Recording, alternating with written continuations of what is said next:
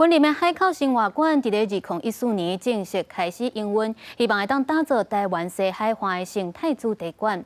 后来因为经营无顺利，经营的团队契约到期了后，就停止营运，拍远2档伫遐咧试网。即马云林县府建设处是表示，未来按算要配合设立大西乡历史智慧渔业产业园区，将这个生活馆拆掉，重建做园区的服务中心。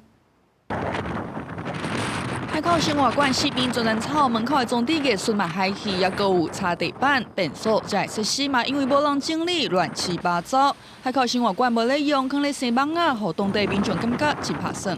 办活动我就也伫遐坐点尔落啊，远听，看人帮忙车啊，因为我唔免搁过内底就有看的，就我隔壁尔。是连当地在地的民众，包括说我们的一个社团上面，也很多的民众。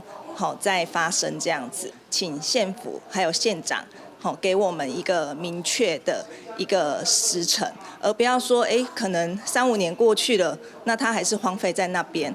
大溪海口生活馆伫2014年开始营运，苏当时环境教育勇士体验这活动，希望推动云林海岸生态这文化。不过后来因为营运困难，经营团队契约到期了后就荒废。云林县府建设处表示讲，会甲规划拆除做转型。 现在县府正在规划我们台西的智慧绿色产业园区。那园区的话，大概整个面积有81公顷。那目前正在进行产业园区报编的程序。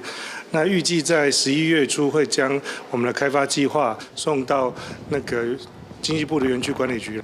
建设处表示讲，海口生活馆未来配合历史智慧渔业产业园区设置。 定期做园区的服务中心，所以暂时无要整修。不过考虑安全，会继续封馆。等11月若完成计划，甚早就当进行整体开发。